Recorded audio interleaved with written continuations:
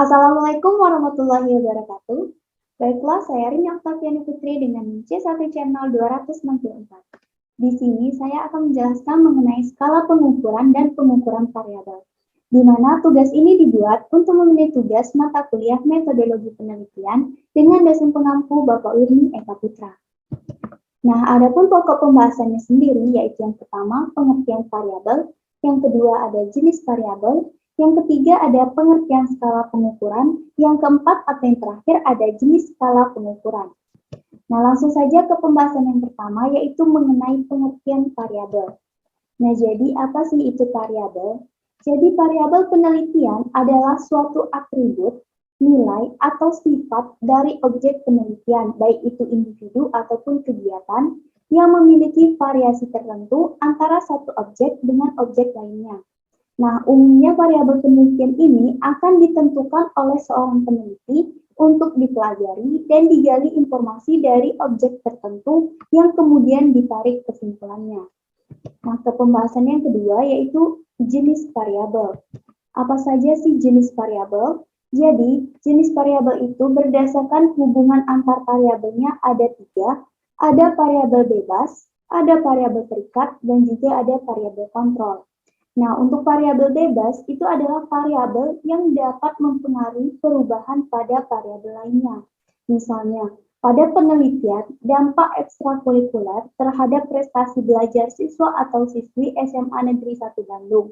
Di mana di sini variabel bebasnya atau yang dapat mempengaruhi itu adalah ekstrakurikulernya. Karena dia bisa berdiri sendiri dan bisa mempengaruhi perubahan terhadap prestasi belajar siswa yang merupakan variabel lainnya. Kemudian yang kedua ada variabel terikat. Variabel ini adalah variabel yang dipengaruhi oleh variabel yang lainnya. Contohnya dalam penelitian yang disebutkan tadi yaitu dampak ekstrakurikuler terhadap prestasi belajar siswa atau siswi SMA Negeri 1 Bandung, maka yang menjadi variabel terikat atau variabel yang dipengaruhi adalah prestasi belajar siswa. Karena dia bisa dipengaruhi oleh ekstrakurikuler yang merupakan variabel bebasnya yang diambil oleh siswa tersebut. Kemudian yang ketiga ada variabel kontrol. Nah, itu adalah variabel yang bisa dikendalikan agar pengaruh variabel bebas pada variabel terikatnya itu tidak diganggu oleh faktor lain yang tidak diteliti. Contoh, sebuah hipotesis bahwa seseorang yang berasal dari kelas menengah ke atas itu lebih bisa mentoleransi kawin campuran daripada orang dari kelas menengah ke bawah. Nah, untuk mengetahui kebenaran hipotesis tersebut, maka kita itu bisa menggunakan pendidikan atau pendapatannya maupun keduanya sebagai variabel kontrolnya. Nah, kemudian berdasarkan sifatnya itu ada variabel dinamis dan ada juga variabel statis. Kalau variabel dinamis itu adalah variabel di mana nilai, keadaan, atau karakteristiknya itu dapat berubah-ubah.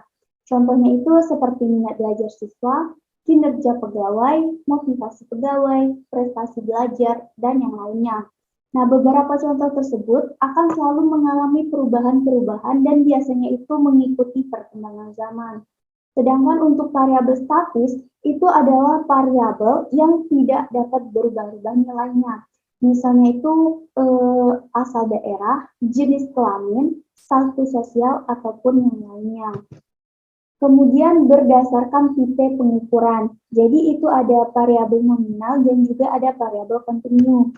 Kalau variabel nominal merupakan variabel yang bisa dikelompokkan menjadi beberapa kategori yang jumlahnya itu relatif sedikit. Contohnya itu ada agama, jenis kelamin, dan juga kualitas. Kalau variabel kontinu itu adalah variabel yang punya tingkatan atau jenjang-jenjang. Di mana dalam variabel ini itu ada beberapa jenis variabel lainnya, yakni ada variabel ordinal atau variabel yang punya tingkatan atau urutan tertentu. Contohnya skor pertandingan olahraga atau peringkat kejuaraan tingkat dunia. Kemudian ada variabel interval atau variabel yang punya jarak atau skala tertentu. Misalnya itu skala penilaian yang didapatkan oleh peserta pelatihan militer. Nah, kemudian ada juga berdasarkan urgensi faktualnya. Itu ada variabel konseptual dan juga ada variabel faktual. Kalau variabel konseptual merupakan variabel yang tersembunyi dan tidak terlihat melalui fakta-fakta yang ada. Tetapi dia itu masih bisa dilihat dengan menggunakan indikator-indikator yang ada. Contohnya itu seperti bakat, minat baca, motivasi bekerja, dan sebagainya. Sedangkan kalau variabel faktual itu kebalikan dari variabel konseptual. Artinya itu variabel ini bisa dilihat lewat fakta-fakta yang sudah ada. Misalnya itu seperti umur, pendidikan, gender, suku daerah, agama, dan sebagainya.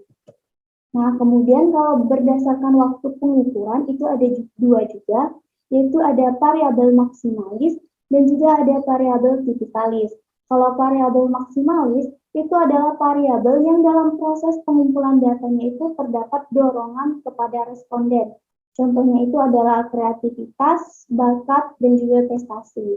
Tapi kalau variabel tipikalis itu jenis variabel yang dalam proses pengumpulan datanya itu tidak disertai dorongan kepada responden. Contohnya itu minat, kepribadian, dan juga sikap-sikap tertentu. Nah, ke pembahasan yang ketiga yaitu mengenai pengertian skala pengukuran. Jadi, skala pengukuran itu adalah sebuah acuan yang digunakan untuk menentukan panjang pendeknya interval yang ada dalam satuan alat ukur. Dengan menggunakan skala pengukuran, maka alat ukur yang digunakan akan menghasilkan data kuantitatif. Nah, setelah proses pengukuran yang menghasilkan data kuantitatif tersebut yang berupa angka-angka, maka barulah kemudian itu ditentukan analisis statistik yang cocok untuk digunakan. Nah, ke pembahasan yang terakhir atau yang keempat yaitu adalah jenis skala pengukuran. Nah, jadi skala pengukuran variabel itu ada 4. Ada skala nominal, skala ordinal, skala interval, dan juga skala rasio.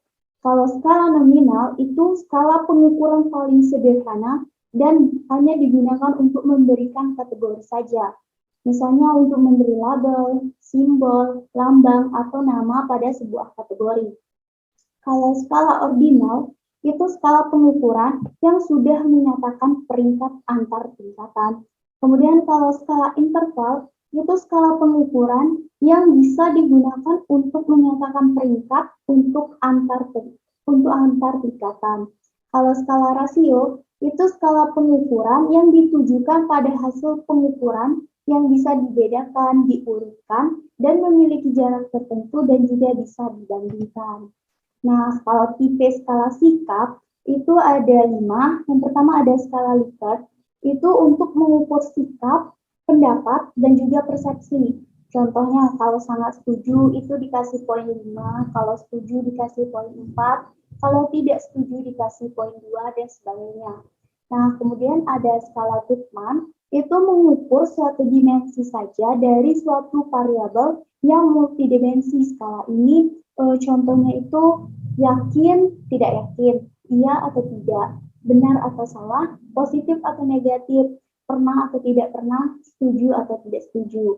Kemudian ada skala semantik diferensial, di mana skala yang mempunyai 3 dimensi dasar, yaitu ada kekuatan, ada evaluasi, dan juga ada aktivitas.